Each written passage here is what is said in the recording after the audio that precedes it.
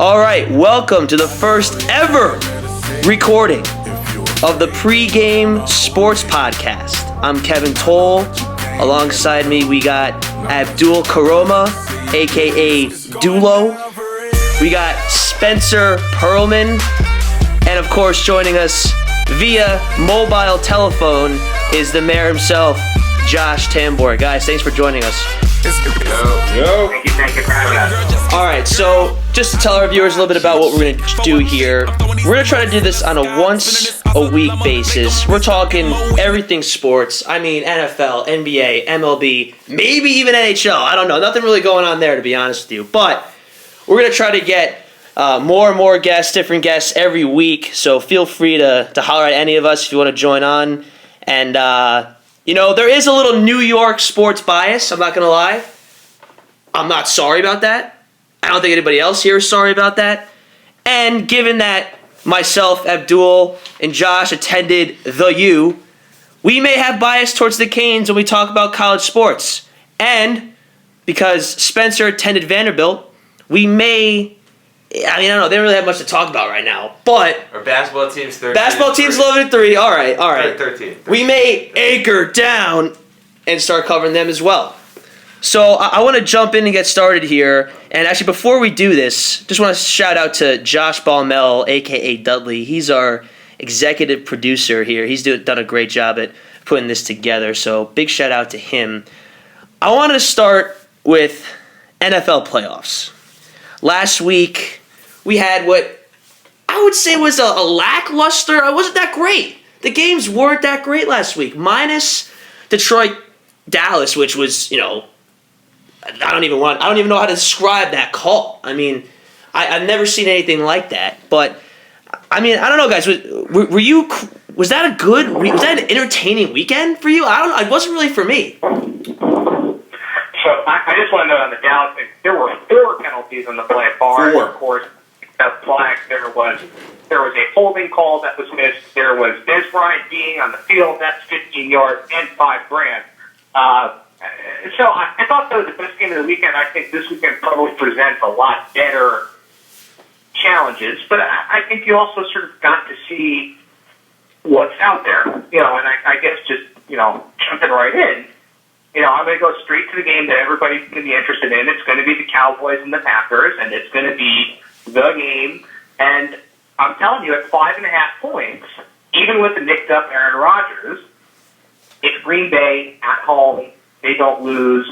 I think they're going to pound the ball down Dallas' throat. I think you're going to see a lot of Eddie Lacy. I think Aaron Rodgers is going to fit that. And I'm going to take the Packers in 5.5 points. I'm actually predicting the Packers to win by 10. That's Sunday at 1:05 on Fox. Like Josh mentioned, Vegas thinks the Packers are going to win by at least 5.5. Guys, Aaron's not at 100% right now. See, but this is the thing you got to see. When they played, when they were playing right that last game when Rodgers actually got hurt, when he came back, he actually had an over 80% completion rate in that second half. That's true. I mean, you got to factor that in there. And the fact is that he doesn't really manipulate the pocket. It's not like he uses his legs like Russell Wilson, somebody who needs to, move around in that pocket to manipulate it. So he can pretty much, stand within a 5-yard, 7-yard radius and still be able to hit his targets, one of the most accurate deep throwing quarterbacks in football. Especially a Dallas secondary that, let's say, it got ripped apart. Like Matthew Stafford threw for over 300 yards. Missed some throws too. I mean, that's a garbage secondary. There's no question about it. Absolutely it's a garbage. And granted, we're biased, by the way. All 4 of us are Giant fans, so, we are biased as Cowboys. But there's no line, Spence. That's a garbage secondary. Yep. And then, people, you can talk about the practice and how Aaron Rodgers hasn't played that much this week, but when you actually watch the games, you see how in tune he is with every receiver. He can probably make more than half his throws just completely blindfolded, and he'll be good to go. So let's just assume that he's 60%. He's not the Aaron Rodgers we're used to seeing. Okay. Are you still confident in Eddie Lacy, Jordy Nelson? Yeah. You're still confident in that? Because I think a lot of people forget about it also that this is like a really undersized and poor Dallas front. And with the Packers O-line, it's a very road grading tough O-line. And we saw Lacy completely dominate Detroit. That division clinching game. So I think the same thing's going to happen this week versus Dallas. Same exact thing's going to happen. Especially like Josh was saying, that weather, that environment, that hostile. Ice Bowl. Wait, what's it gonna be like? Yeah, it was the last time they played in the playoffs, the Ice Bowl, and They were selling beer out of the bathrooms. exactly. I mean, that was a long time ago. This Yep. is gonna be a classic matchup we got here. Jerry Jones has one secret weapon, though, that I will add. Chris Christie making it out to Lambeau again, except this time he's flying himself out, so he's doing it legally. Is he paying that for? Is he paying himself this I think he's time, or paying is himself. Jerry Jones taking the tab on that one? He's paying himself. He's not taking a handout because Unacceptable. Listen, I don't want to talk politics on the show, but regardless, whatever direction you lean, it just doesn't look good for him to be in the box with Jerry Jones. I mean, what does he think? No, but I Doesn't think look for the good. Cowboys put it, but flip it to the other side of the coin. Look, we've talked about DeMarco Murray plenty this year. I still boil it down to how does Tony Romo play? And Tony Romo is the guy who's going to win the football game for them. You can talk about DeMarco Murray's 1,800 yards, and he had a fabulous season, but quarterbacks are what win in the playoffs. And if Tony Romo is mistake-free and he has time, because Dom Capers is going to come with plenty of blitz, he's going to bring A.J. Hawk, he's going to bring his linebackers, he's going to mix it up in that coverage. That's what he does very well. And I think you're probably going to see a lot of Jason Witten because he's the safety blanket, because I know for sure that there is going to be a lot of safety help over the top on a guy like Des Bryant. And the guy who you could sort of see benefit from that, though, for the Cowboys is watch out for Cole Beasley to have a big game. Oh, he's Watch garbage. out. Come on. No. Cole He's Beasley, garbage. especially. He presents matchup problems in the same way that Wes Welker did before Wes Welker was Wes Welker. So I think for the Cowboys to have a chance, Tony Romo has to be mistake-free. That means no picks, no nothing, and he has to be on point. The Cowboys need to find a way. Scott Linehan needs to find a way to get the ball out. So what you're saying is if his playmakers in space. If Green Bay double teams Dez, you're confident that Beasley's going to get the job done? Especially against a rookie safety starting back there in Ha. So, that's another thing that you can take advantage of. I know. I mean, it's a good. I mean, you're absolutely right. He's going to have to step up. I just don't know if he will. I could be totally wrong. I don't know. So I don't have faith in the guy. I don't. So listen, I still am standing by my pick of the Packers and the points. I'm still picking the Packers. Packers and the points. All right, Abdul, you like the Packers? You think they win with the points? Yeah, because I think, frankly, at the end of the day, this Dallas defense is gonna fold sooner or later. I mean, there's a lot of holes here, and especially on times in which this is an absolutely amazing Packers receiving core that I feel is going to be able to get behind that secondary a lot. We saw it. We see that a lot. Back-breaking plays that I feel that Dallas simply won't be able to recover from. I mean, I feel like the only way Dallas can get this is with quick strike plays at the beginning. That's true. Quick strike, shock them, get the crowd out of it. That's the way they'll be able to handle it. But again, can Romo do that? I mean, he wasn't that great last week, really. No, you're right. Wasn't that great. Only 2 wasn't. touchdowns. The one game winner at the end, which can stay debatable off that he gets the drive because of the penalty. So it's debatable. We'll see. Spence, you like the Packers? I like the Packers. I think they're going to easily cover the spread.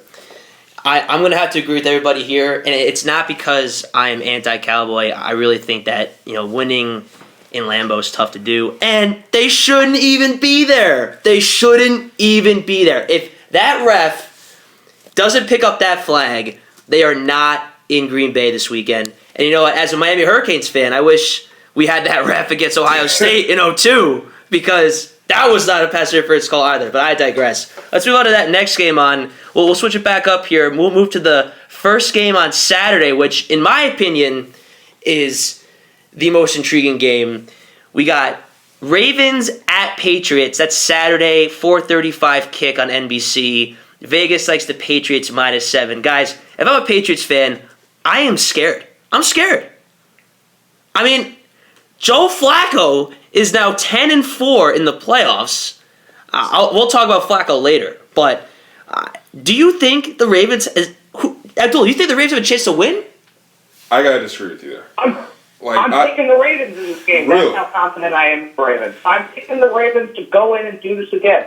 The Ravens have had the Patriots number, and Tom Brady is a 500 quarterback in the playoffs. Now, listen, he's had a fabulous season, but I think at this point, this team is built to win. Justin Forsett is running the ball the best he's run all season. Flacco seems to find a way to not make mistakes. They have excellent receivers in Torrey Smith and obviously Steve Smith Sr. They have a great tight end in Owen Daniels, who is a proven veteran, and I think that helps them quite a bit. And that defense is turning up. Haloti Ngata is a huge problem in the middle, and when you have linebackers like the Ravens do, and they play that aggressive style, they are going to hit Tom Brady and hit him hard. I'm taking the Ravens. I think it will be a closer game than we all think, and it's going to come down to one mistake. And this is a game where special teams could make a difference. Both guys have great special teams playmakers in Jacoby Jones and Julian Edelman. Look for one of those guys to make a play on the other side of the ball. But when was the last time you've seen the Patriots offense this good? And I do think the Baltimore Ravens defense is very good, and yeah, they've had the number, but the last 3 times they played, they've also had arguably one of the best linebackers of all time, one of the best safeties of all time, and just a team that's completely hitting its stride. Like, the Patriots team has been in like go mode since week 5 or something. Yeah, ever since that Kansas City loss, Ever since they got mauled on Monday night, Yep. and then I don't know, Belichick must have said something. And Spence, I agree with you. This offense just looks. I don't think it doesn't look like anybody can stop him. But Tambor, I see where you're coming from. Abdul, you're all the Patriots. I think pretty much. I think that the last 2 weeks of the regular season, people were saying that offense looks bad. I think it's overblown. You're going against the Jets defense that has great personnel and it was really well built to go against. Oh God, the Jets. All right, we are back. Sorry about those technical difficulties, everybody. So Abdul. You don't think these guys have any shot against the Patriots? Why? See, I think that Pittsburgh had a lot of chances to win that game.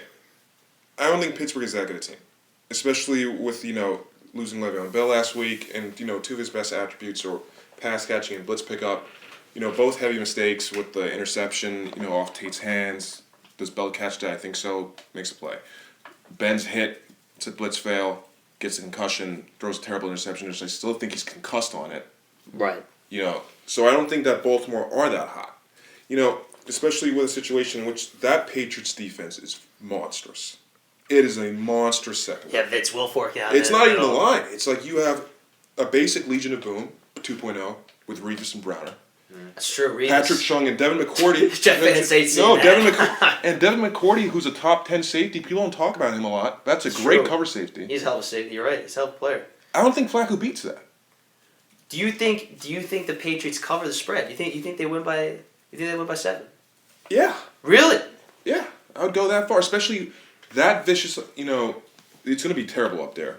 Oh, it's going to be cold. Oh, my God. Single digits. We know Foxborough. We know Foxborough in January. That's going to be cold. All right, so Spence, you like the Pats. You like them covering also. You like them winning by 7. Abdul likes them. Tambor, you are the contrarian here. What I will say is, I agree with you that you cannot ignore Flacco, but I like the Patriots to win at home. But I think the Ravens cover. I think it's close, as Lee Corso always says. It's close. It's a close one.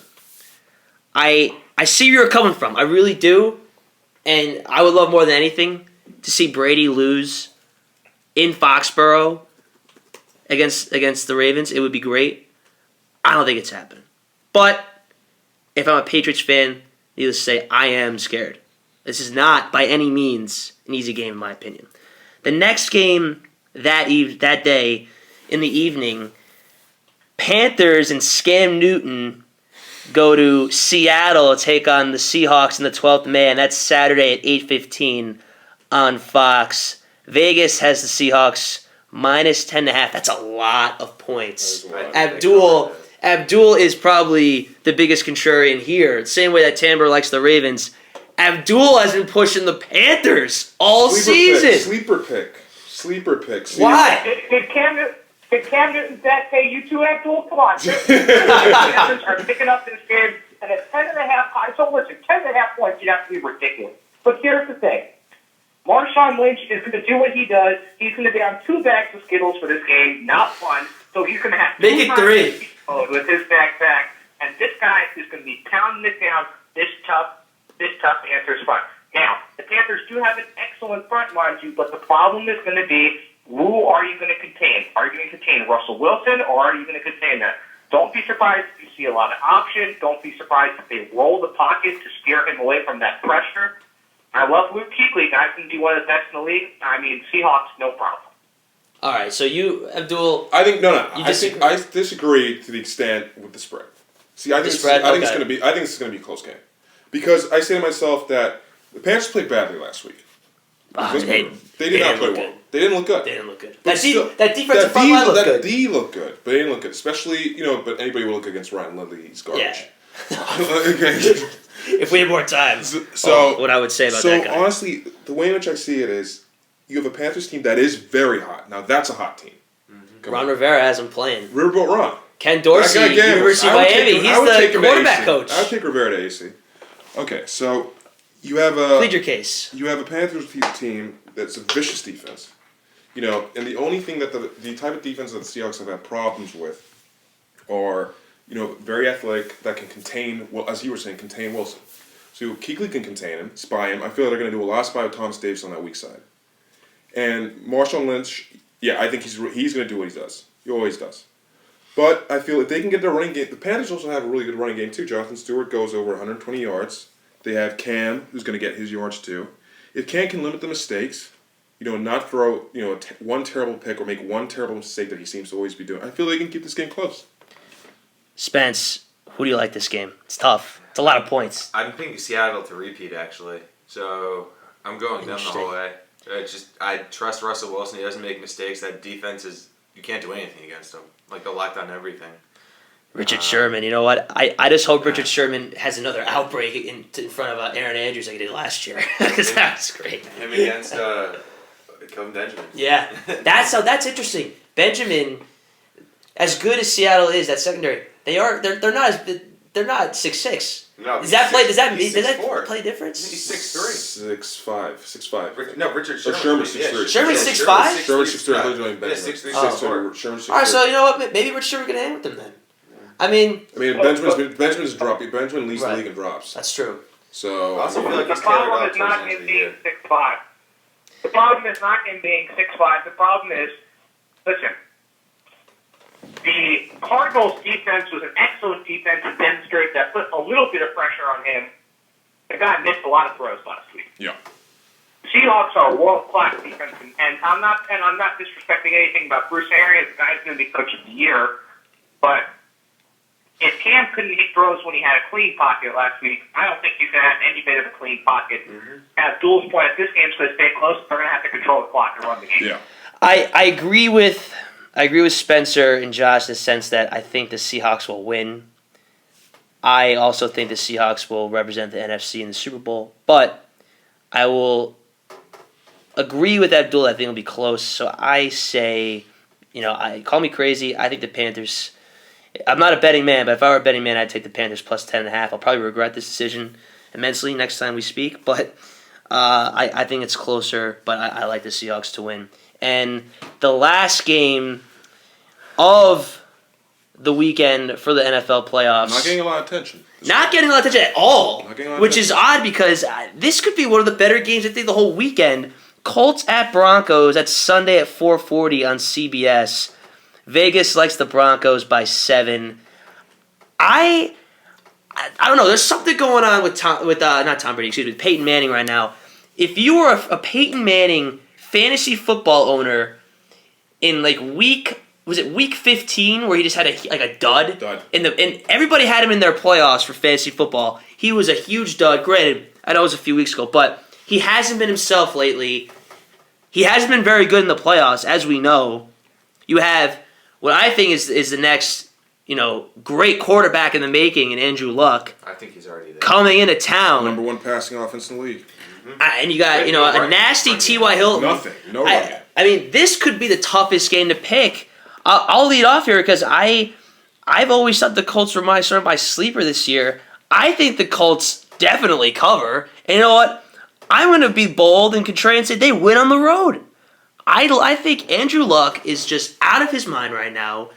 I love T.Y. Hilton. I love his game. I honestly think the Colts go into Denver and ruin the Peyton Manning show. I really do. What do you guys think? I'm very curious. This is a tough one. So this is my blowout game of the weekend. Peyton Manning has had time to get healthy, and by the way, you know I love Andrew Luck. Yeah, you're Mr. Stanford over here. And my stepmom is a Stanford alumnus, and I love Andrew Luck. This is a game where it won't be Andrew Luck's fault. It will be Peyton Manning's healthy, and he's finally okay, and you're going to see an outburst at the point. And does that mean that the Broncos will be representing the AFC? No. But does it mean likely that the Broncos will come in and spank the Colts? Yes. I don't think the Colts having a running game is going to really hurt them at this point. They could get away with that, but you're going to see a healthier team, which was nicked up at the end of the season. John Fox is a defensive guy by trade. John Fox can come up with ways to get a lot of pressure, and when you don't have a running game, it's very hard to do it. Although, to be fair, we did see Dan Herron with 8 receptions last week, but he did show some prowess with fumbling the football. So no, that's definitely true. I'm still projecting, however, the Broncos in a blowout. Abdul, what do you think? See, a lot of people forget this about the Broncos this year is that they also have the top 10 passing defense. That's true. So it's overlooked a lot. It's overlooked a lot because of that monster offense. So I think you've got that. I think that with how that game is going to go, I think that Luck's going to throw some picks as he's a gunner. That's just what he does. All right. He goes for the home run ball. He goes for the home run ball. All right. But this is where I'm going to disagree with you, Justin. I think that their lack of run game is going to hurt them here. Because they're going to have to get some. They're going to have to get some big play. They're going to have to get some big conversions here. And I think the situation is that you're going to be able to key in on Luck, play a lot of cover 2 against him. You know, especially which is going to be able to take away certain zones of his that he particularly likes and get some picks off him. That I feel, like you said, Peyton Manning's going to be able to take advantage of. And you cannot leave points on the field against Peyton Manning. You cannot leave points on the field. It's true. So I feel like Indy are going to be, they're a much better outdoor team than most dome teams are, especially that too. But I think at the end of the day, that lack of running game is going to hurt him in tight spots. Spence, I know you've liked Peyton Manning. Yeah, this one's a coin flip though for me. Like so Denver lost Week 16 to Cincinnati, which is kind of pathetic because they're Cincinnati, and Jeremy Hill absolutely ran all over them. But I mean, honestly, I'm just not sure. I think I trust Peyton Manning more than the young Andrew Luck, even though I do think Andrew Luck is actually a better quarterback right now with fewer weapons. But yeah, I think I'm going to go with the Broncos too. Looks like the consensus is Broncos. Peyton Manning, let's hope that you can sort of reverse the curse and go back to your regular season winning ways. Great weekend of NFL football coming up, but can't forget Monday night's game. Ducks, Buckeyes.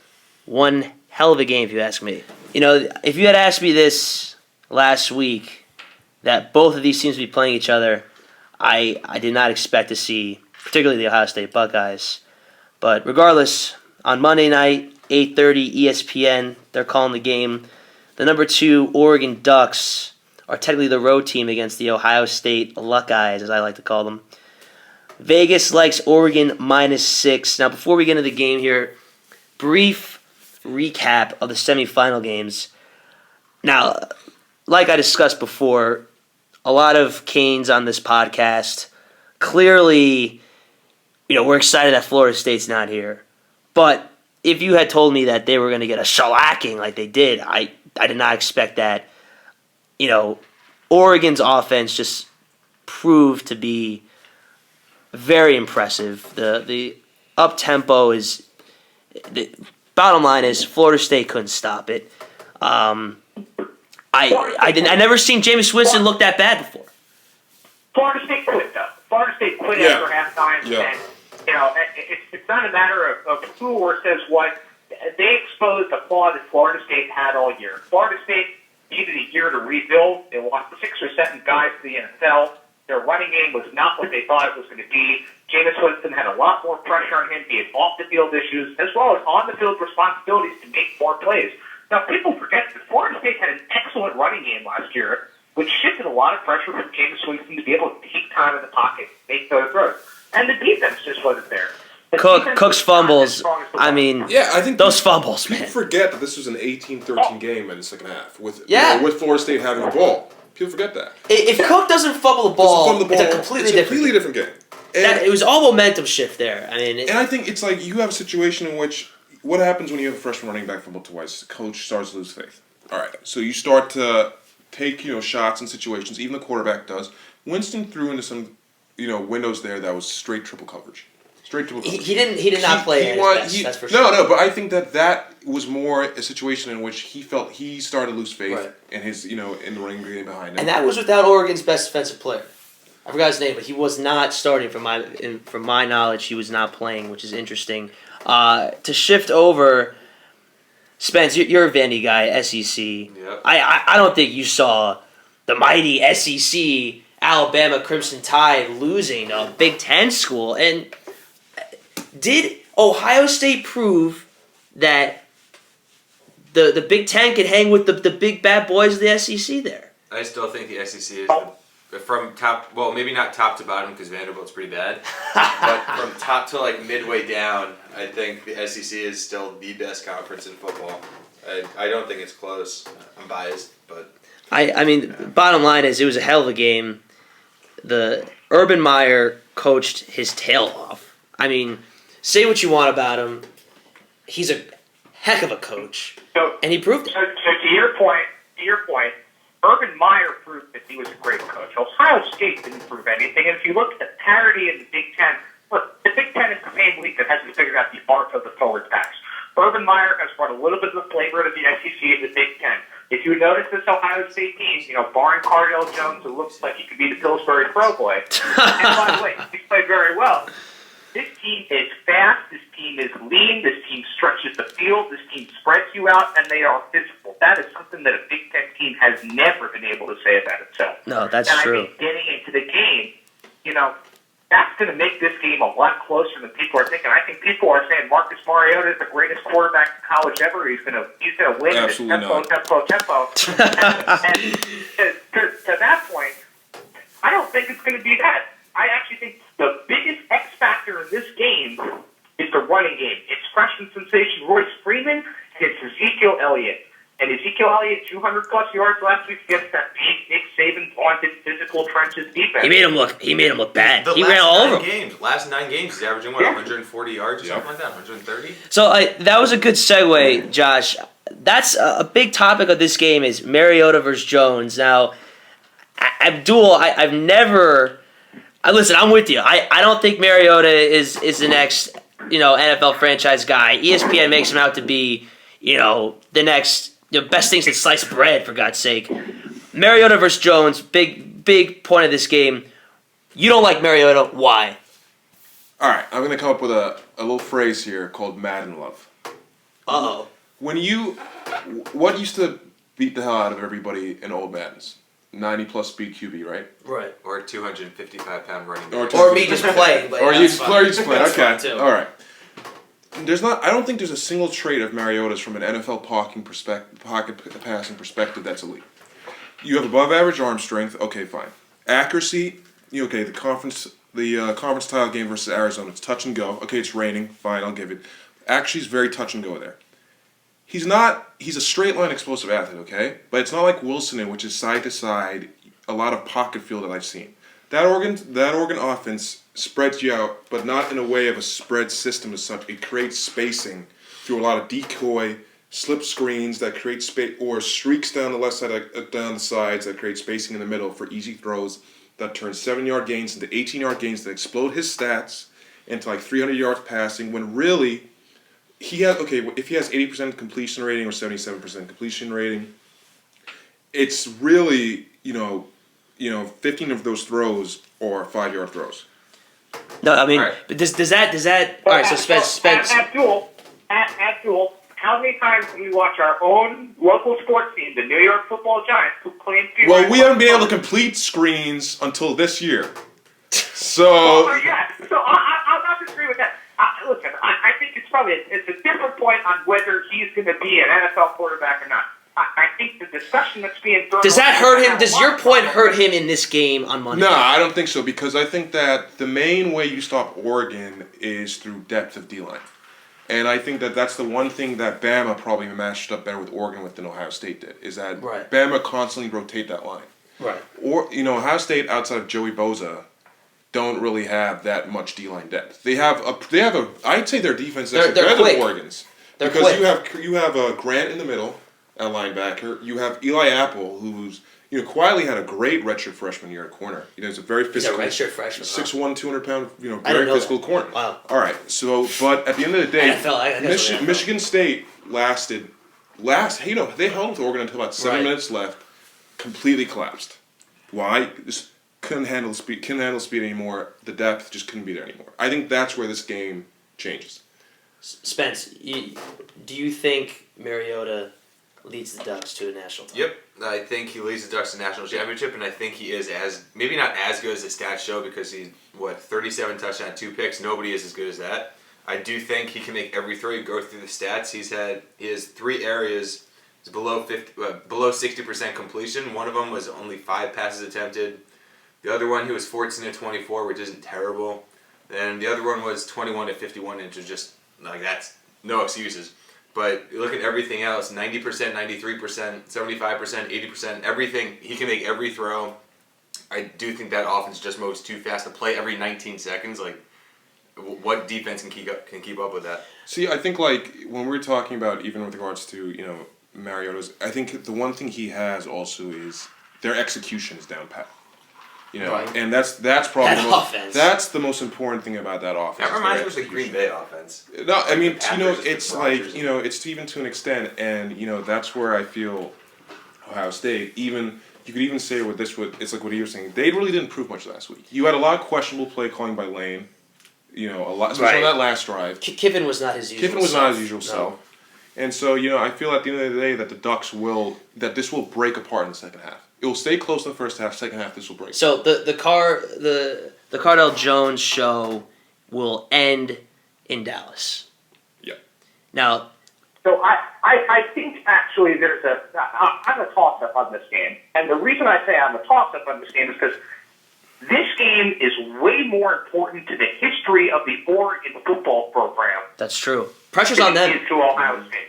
And look, somebody obviously these teams both so badly want to win the first college football playoff, and the fact that these teams are playing here is a testament to why the playoff is a success. But that being said, this is way more important to Mark Helfrich, who has never won a national title. He's a young coach. This is important for Marcus Mariota's legacy as far as where he is measured up as some of the great college quarterbacks go. And this is a measure of Oregon, whose team has played in BCS Bowls and former BCS championships before, and has, they've won some, they've also come up short. This is much more important than listen, Urban Meyer has 2 national titles. Cardell Jones has demonstrated that even for a guy who is a third-string quarterback, who, by the way, has been at that program for 3 years between going to prep school and redshirting, he's demonstrated that he can play anywhere, and if he decides that he's going to be released, he could go somewhere else. This game is way more important to Oregon. I still believe that Oregon's going to win the football game, but it would definitely not surprise me if they lose, just surmounting to all the pressure and having it unravel for them. I'm going to take the Ducks. Quack, right, from the D2 Mighty Ducks movie, the great scene. Quack, quack, quack. No, I mean, at the end of the day, I think you're right. I think the destiny is in it for the Ducks. I think they win.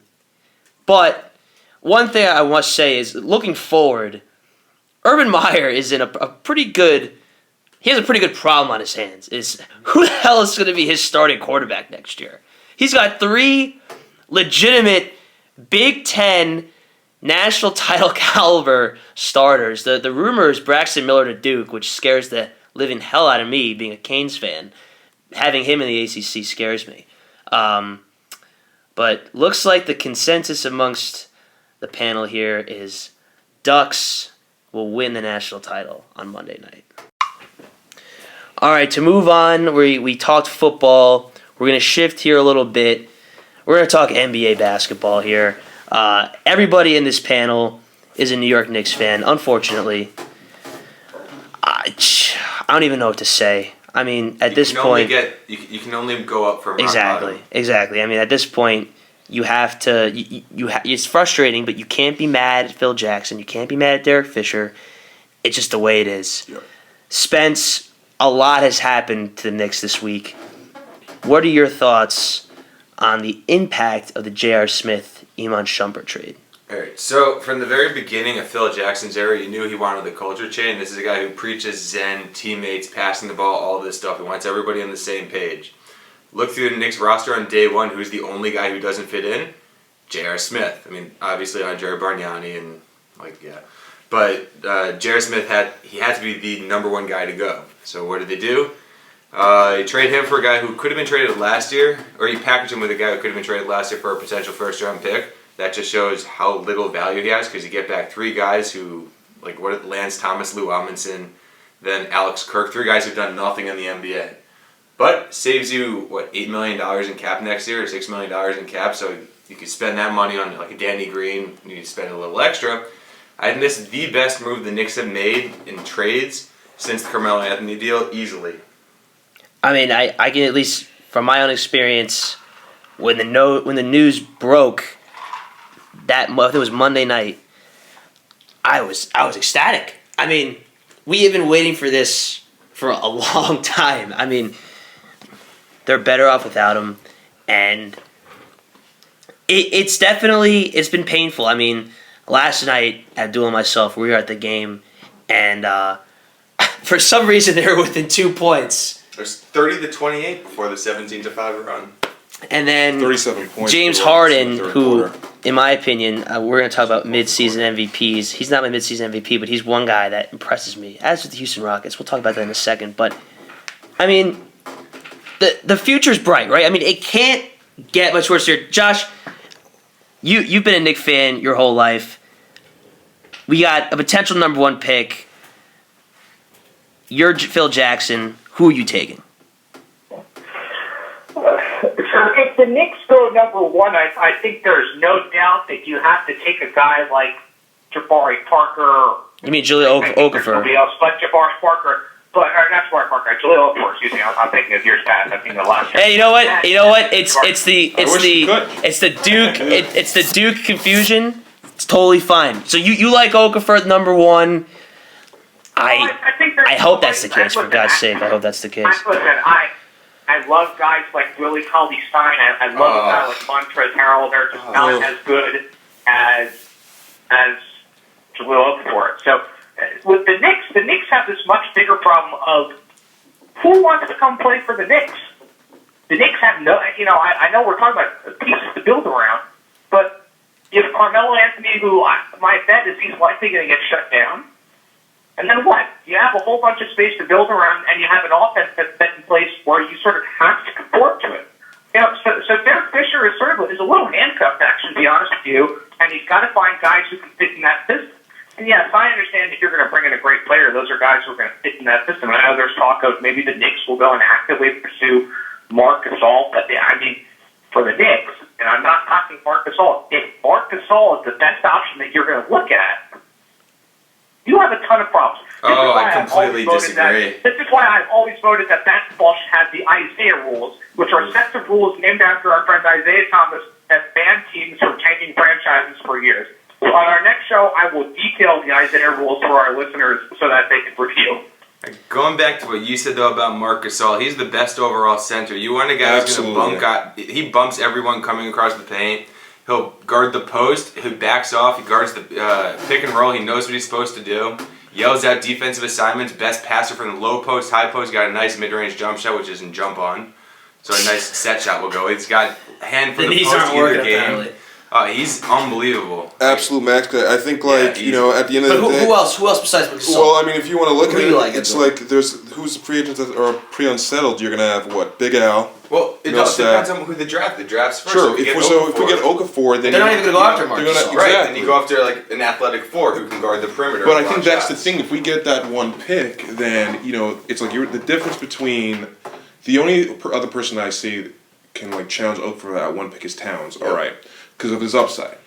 So do you want to go with massive upside? Who has a stretch game as well, length, athleticism, 36-inch vertical, or do you want to go with someone who has a lower ceiling in Okafor but that offensive game is there already. Towns has got everything. People are talking about his motor. You know what? The same exact motor at Texas. LaMarcus Aldridge. I think he turned out pretty well too. I would love to have a guy like him. I think the other Oh, if only. situation. Yeah. No, I think the other situation you have there is that, people have, with regards to the Shumpert trade, a lot of people are like, oh, we have a young talent there. Shump's athletic, 6'5", defensive. That's a cap hold of $6 million next year. Right. And we really want to clear the books because if we trade JR, so that's 6.4 gone. Shump's $6 million gone. If we can get Jose gone, that's 7. I want it out. If we can get up to 34, 36 million, that's 2 max spaces. That's more than 2 max. Two maxes, and then that's 2 maxes in a row. Yeah, right. mid-level. All right. So then, and you bring in a top 3 draft pick. Yep. That's a change like that. Right, and that's the thing that Knicks fans. That's what I'm trying to preach here is that we are in a lot better shape for the future than the Nets. Than the Brooklyn Nets, that's for sure. Than a lot of other teams in the NBA. Yes, we are, could be on pace for the worst team in NBA history, but the future definitely is bright. The one thing I want to address is, obviously Mel is back next year, no question about it. In my opinion, now I am very biased. I would like most of the current Knicks off the roster. However, there are a few names that I would be okay with. Not saying they have to. I would be okay with it if they brought him back.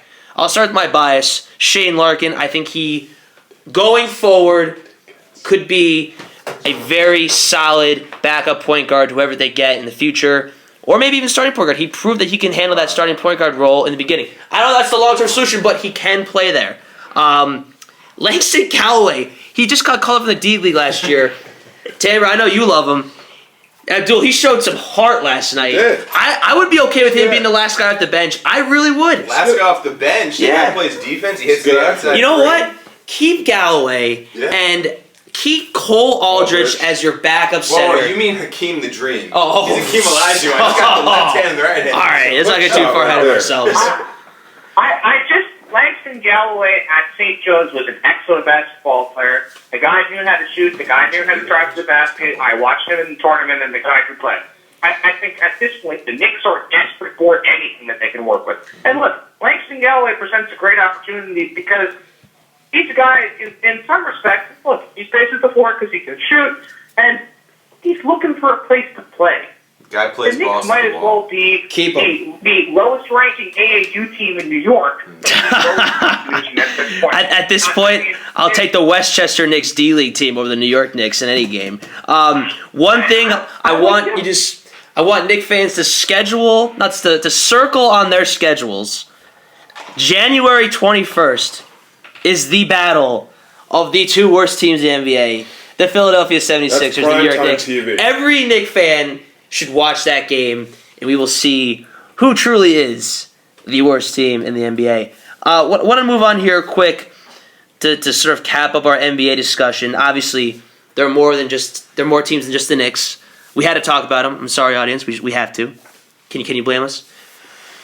What teams do you look at and say, you know what? These guys look good. Spence, we'll start with you. All right, 2 best teams in the NBA, Memphis and Golden State. It's not even close. You have the 2 best, or arguably 2 of the best defenses when you have Andrew Bogut healthy and when you have Zebo healthy, who's not even a really good defender, but he helps anchor the team defense. Have the inside scoring, the outside scoring. You have Mike Conley, who's the most underrated point guard in all of basketball. Got the wing defense, Tony Allen in Memphis. You just traded for Jeff Green, who even though I don't like, he's an upgrade over Tayshaun Prince. And then Golden State, best shooting backcourt in NBA history. Splash Bros. Yep, one of the Splash. master of all trades, jack of all trades, master of none guy, and Draymond Green is just going to do whatever it takes to win. He turned out a hell of a ball player. I'm telling you, I didn't think he was going to pan out at Michigan State, and he absolutely proved me wrong. I'm happy for him. Coaches in basketball, Tom Izzo. I didn't think he would have this kind of impact, but he really is. Abdul, in addition to Golden State, Memphis, who do you like? Who impresses you? You know, until I don't know the last score, but until they were getting killed right now by Washington, I like the Bulls. I mean, the Bulls. Jimmy Butler, bro. You know, but I think I think the X factor there people forget about is Merchants. I think the X factor is Rose. Even that, but people forget that Merchants plays some 3 now. Yeah. And if you can get that big a front 3, especially who has 3 range, their outside scoring was a problem, because especially with Rose, not being, that bad, being really hot and cold, sort of. But then another team that, struck out short today is with that Wizards backcourt. John Wall's playing... Wall. Yeah, playing some top five ball.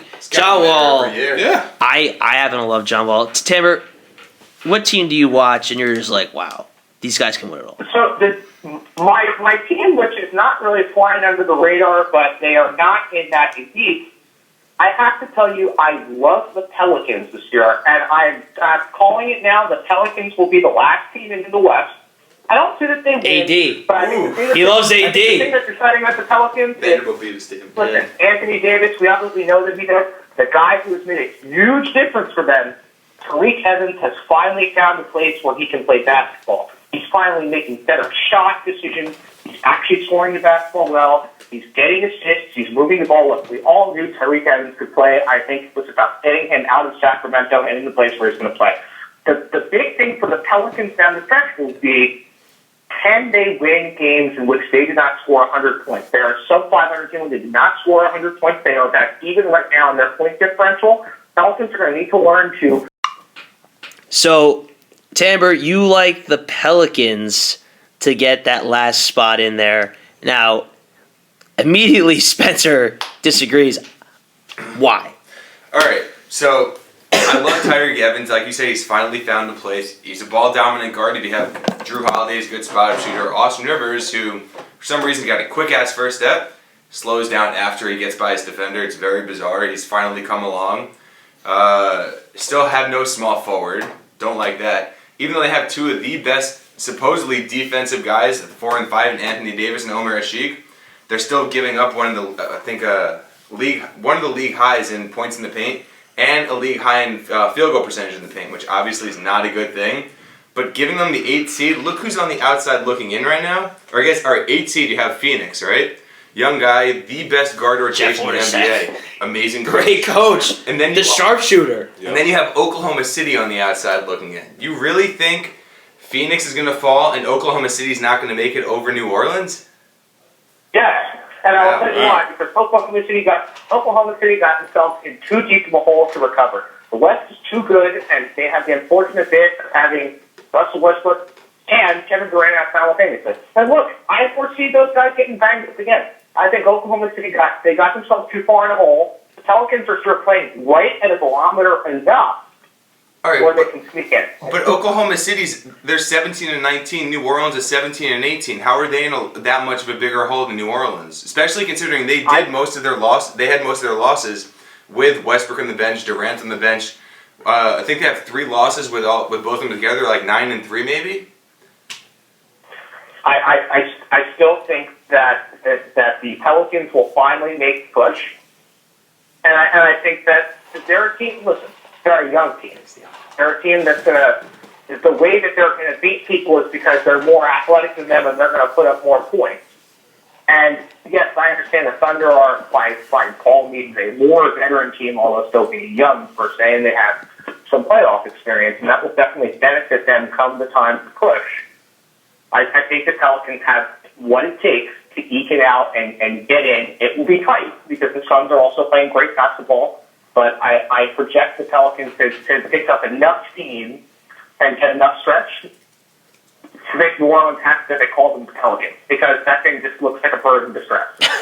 Let me tell you, I could agree more with you in terms of the actual name. I think it's ridiculous, and their mascot. Well, the mascot's scary. The mascot's weird looking. It just doesn't look. It's just weird, but. Before we close out this NBA segment, yes, they were playing the New York Knicks last night. It's not saying much, but I must say, I love how this Houston Rockets team plays. James Harden, while he's not the greatest defensive player of all time, he certainly knows he can shoot the lights out. He drives to the hole better than just about anybody, in my opinion. And he is a phenomenal passer. He leads the charge of that offense. They have the best ball movement, in my opinion, in the entire league. When Dwight isn't being a complete bum down low, he'll get you rebounds. I love Patrick Beverley, and I'm telling you, I'm very impressed with this Houston Rockets team. We'll see what happens. Kevin McHale has been known to, at times, be a terrible coach at times. I mean, we'll see what happens despite his legendary career with the Celtics. Last year's playoff was in this spot there. Look at the Right. replay. James Harden was telling him to switch. Right. James Harden, the defensive juggernaut. That's complete sarcasm, by the way. Telling Pat Beverly to switch. He's offensive juggernaut, though, that's for sure. Yeah. I think... Last night really put on a show. Yeah, I really think if they can realistically be a 4 or 5 seed in the West, which they are now, I think they can continue that. That's sustainable. And if I'm playing them in the first round of the NBA playoffs, that's not a matchup. I'm not looking forward to that matchup. Let's close it out here real quick because we have to move on. Everybody provide their midseason MVP. It's tough. I think there's a few obvious choices. I'm gonna go one that's less obvious, and most people disagree with me, but I just love the way he plays. And considering he was injured the first part of the year, I love Jimmy Butler of the Chicago Bulls, Marquette guy. He just is playing out of his mind. He deserves a max contract, and the Bulls should be smart about it and keep him. Not be cheap for once. Not be cheap. Keep that guy on your team for the rest of his career because he is something special. Again, probably not that's definitely the contrarian pick here, but I'm going with Jimmy Butler.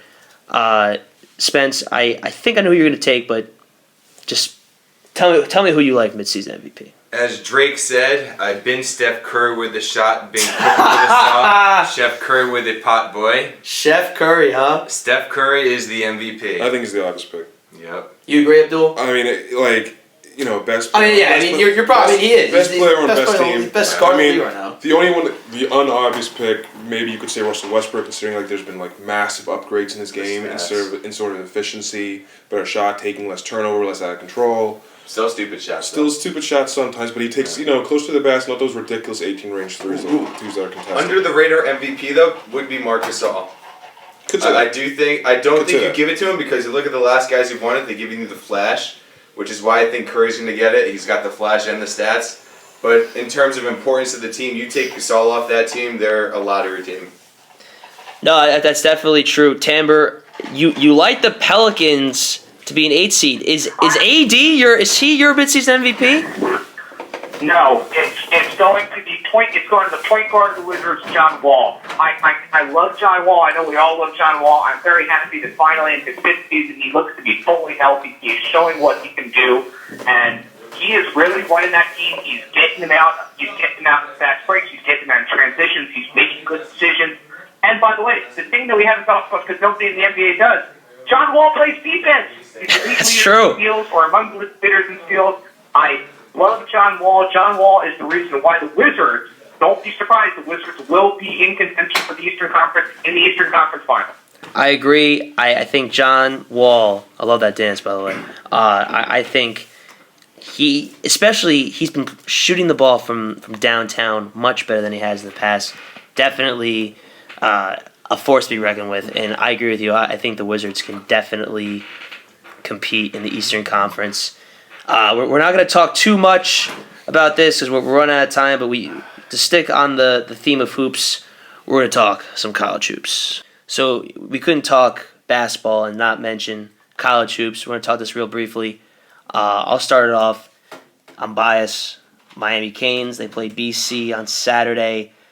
This is a team that started off the season super hot, go to Gainesville, beat the hated Gators, beat Illinois at home, the Big Ten ACC Challenge, then lose badly to Eastern Kentucky.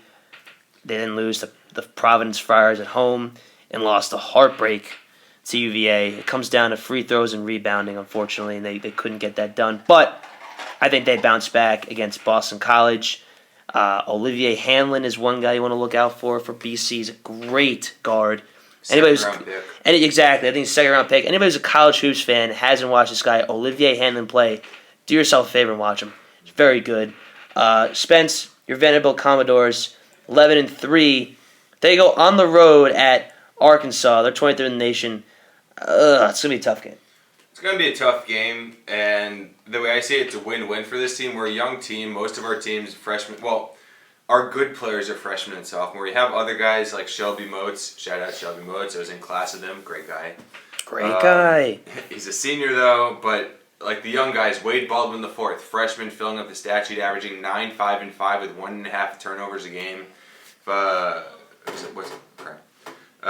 Riley LaChance, averaging 12 points, SEC Player of the Week the last 2 weeks, I believe. Freshman shooter. You have Damian Jones. We're a young team, all freshmen and sophomores. If we lose this game, we learn from it. We're going to come back better in the tournament. You know, who knows? NCAA tournament, SEC tournament, whatever. But next year, I think, is going to be like the year where we're really going to prove ourselves. If we win, just going to be another morale boost. But talking SEC basketball. So who's the home team in that game? Arkansas's home.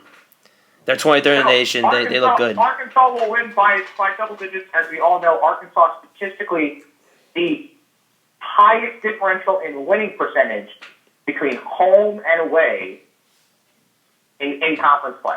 That's interesting. Speaking of the SEC conference, Ole Miss took the Wildcats of Kentucky, Pushed them down to the wire, and they have not lost still. They find a way to get the job done.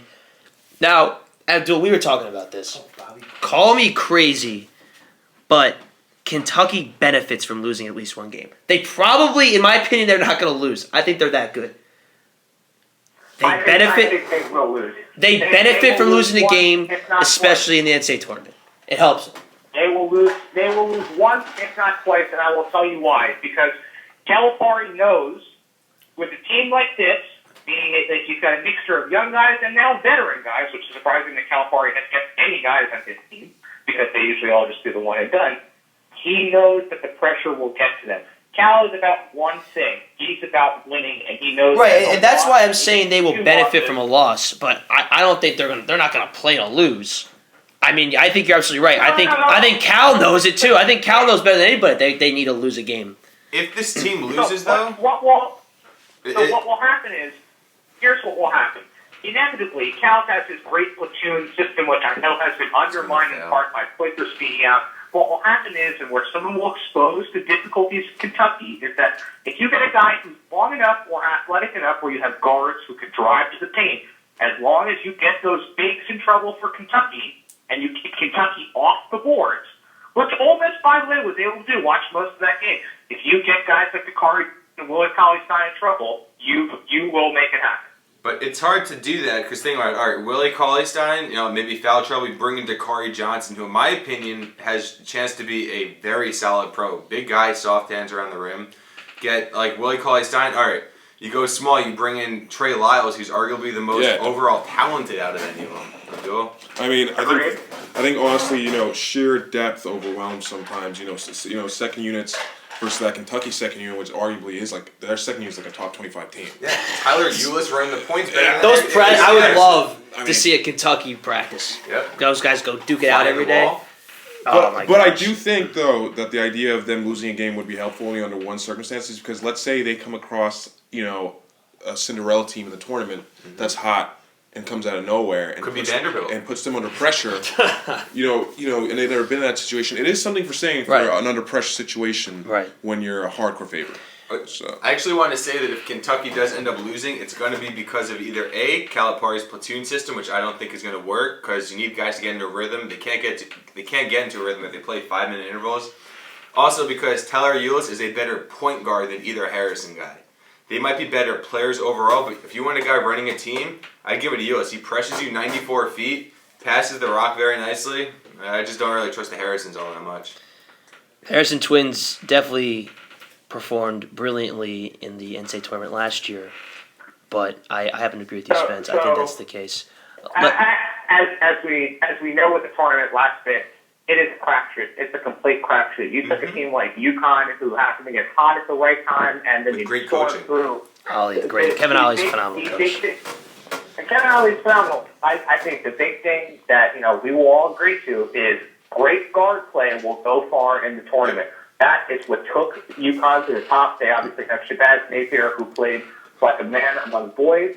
And don't forget, Ryan Boatwright was fabulous on that run, too. It's been a bunch of big shots, including that Final Four game against Florida. He made some big shots, especially when they were Unfortunately, UConn, I don't know if they're not going to be able to continue that momentum this year. One thing I want to highlight, Spence, you've done the scouting work on this team briefly because we got to do that. Get a last segment in here, but talk to me about the Utah Utes, number 9 in the nation. All right. Who's the one player you want us all to know? So the one player who's going to help a team most right now, DeLon Wright, brother of Darrell Wright, 6'5", Dullo, point guard, fills with the stat sheet. Might not play defense all the time. Great player though. You want a guy for the future? Jacob Pueltel, 7-foot center. You love this kid. Love him. He loves. I've never seen him more excited about a player in my life. 7 feet, 240 pounds. You want a guy with great footwork in the post on defense and space in defense, which for someone 19 years old, you never find. Soft touch around the rim. He's a guy who, again, same thing Marcus Gasol does. He'll bump a guy as he runs through the lane. He'll yell defensive assignments. He's a guy who's I think top 5 pick. Maybe not this year because I think he's going to stay.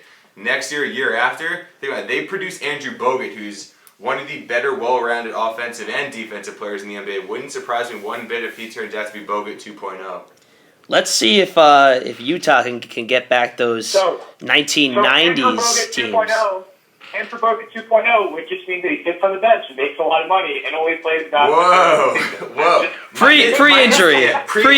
He's retired before the injuries here. Healthy Bogut 2.0. We'll go with that.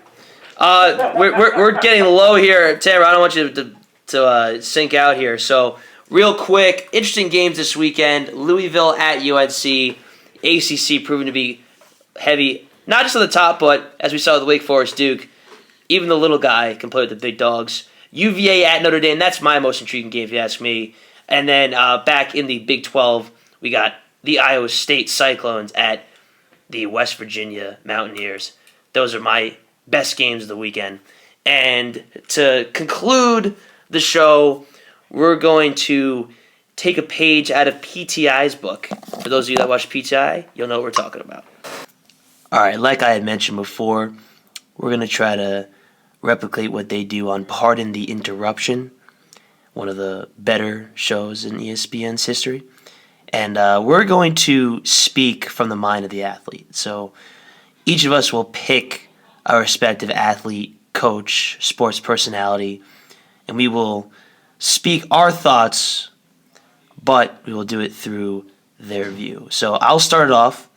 Given that, for most of you who know me, I look just like Joe Flacco, I will start off as Joe Flacco. I'm Joe Flacco. I'm 10-4 in the playoffs in my career. 10-4.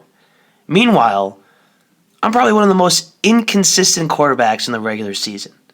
I mean, if you're a Ravens fan, I don't blame you for hating me. 1 week, I look like the next coming of Peyton Manning, and the other week, I'll go to Cleveland and lose to the lowly Browns. I mean, I can't figure it out myself. I don't understand why I am a great postseason quarterback and I can't get anything done in the regular season. You know what? Forget the Ravens fans. Fantasy owners must hate me. 1 week, I'll put up 30, and the other week I'll put up 2. I mean, for God's sake, talk about inconsistency. And I'm also one of the highest paid players in the league. And I guess it's because I'm just great in the playoffs. I can't figure it out. One thing I know for sure is that I could buy everyone in Maryland crab cakes for life and still have a ton of money left over. And what I'll do with that money is I'll go to restaurants and give great tips. I had a $200 dinner the other night. Tipped the guy $150. He better thank me for that. I'm going into Foxborough this weekend. I have no idea how I'm going to perform. My coach, John Harbaugh, last week said I was the best quarterback in the league. Coach, I appreciate the love, but let's be real. That's not the case. I'm pumped. I'm going to Foxborough, but I'm not really sure if I can keep that going. But hey, you never know. I am 10-4 after all. So now we're going to go with Spencer, and I cannot wait. I cannot wait for this because I've been looking forward to this all week. Spence, take it away. Flashback to the 2012-2013 playoffs. Knicks versus Pacers. We were losing. We were winning. Actually, we'll go with the Celtics. I accidentally elbowed Jason Terry in the face. Got suspended. Whatever. Win Sixth Man of the Year award is a good season for me. Comes to the playoffs. There might have been rumors that I was clubbing every night, trying to get with Rihanna. Not going to confirm. You're getting hammered every night. Definitely was getting hammered every You're night. getting hammered before playoff games. And now this past week I was traded to the Cleveland Cavaliers, who should be a championship contending team if they ever learn how to defend and if Kyrie Irving decides to pass the ball once in a while. Luckily for him, I don't like passing either, so he won't be shooting that much. Even though I might not know the playbook, when I don't know the playbook, what do? I shoot the ball, and what's the best shot in basketball? The step back 20-foot jump shot. Why not? So, Cleveland, there might not be all that much to do compared to New York. You can go out every night, you go to Broadway. You know me, I'm a very artsy guy. Go to Broadway, go down Fifth Avenue, shop a little bit. I like looking very fly. Hang with my brother Chris Smith, who should be in the NBA, by the way. But Cleveland should be fun. I had my boy Johnny Manziel. You guys are gonna rage out. I heard he throws a couple of good parties tonight. And I want to go to that party. Josh Gordon. I heard he likes to fly with the planes once in a while too. Should be fun, but I'm looking forward to it. It's my next step in my career. More 3-pointers. I 22 3-pointers in the game last season. Why not set a new record? Make it 23, 24, 25. Should be fun. See what happens. Abdul, surprise us. All right. So, I'm the quarterback for Ohio State Ohio State's football team contending on Monday, and I think the first thing that I want to state here that's known about me is that I don't like class. I don't like school. You don't go to class, Cardell? I don't like school. I've made this clear. Cardell Jones here. So I think that if I win on Monday, no football player for Ohio State should go to class ever again. I mean, but that's the case already. I think the main thing here though is that I'm not intimidated on Monday.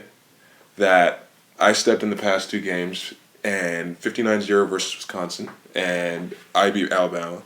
And I think honestly that if I keep projecting this way, I'm a first-round draft pick in the future, especially with a 6'5", 250-pound body, which I have, rocket arm. Big Ben Roethlisberger. Big Ben 2.0, baby. More athletic even with a force about. You are athletic. You're a hell of an athlete. I think I'm about 4'6", 4'7", 40 guy, and I think I can pick apart this Oregon defense because I don't think that they have that much of a playmaking secondary, especially with Ikbe out, and I feel I can pick my spots.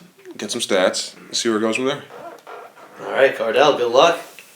And then, last but not least, Josh Tambor, take it away. I'll tell you, man, NFL playoffs, it's kind of like having Christmas all over again, even though Christmas just came. I'm jealous I'm not on the sidelines for Andrew Luck. That's my favorite play in all of football. Spider to live banana, especially the green light slot Spider to live banana. I'll tell you, man, being kind of serious, I've coached against a lot of these guys. Bill Belichick, John Fox.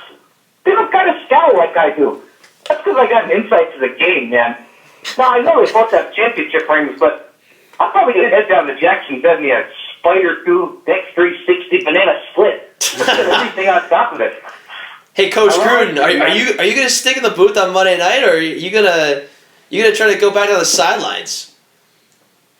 Well, I'm going to be watching the college football playoffs, seeing Marcus Mariota, the quack attack, the flying duck. I'm going to see if he's the real deal. Maybe he'll spread him out, go find Chip Kelly, have a good steak sandwich. They call them hoagies down there in Philadelphia.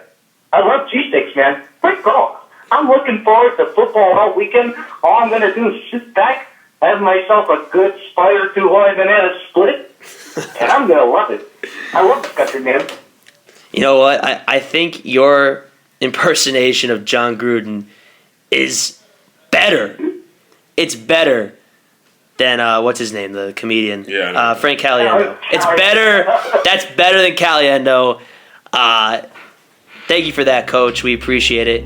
And that concludes the first ever recording of the Pregame podcast. Guys, thanks for joining us. We're going to try to do this every week. Great NFL, college football, some good college hoops. Hopefully the Knicks will maybe squeak out a game. Saturday, Ravens, Patriots. Tomorrow, 1 o'clock, the Knicks play. Oh, that's right. They play against the Hornets. Half the team will be hungover.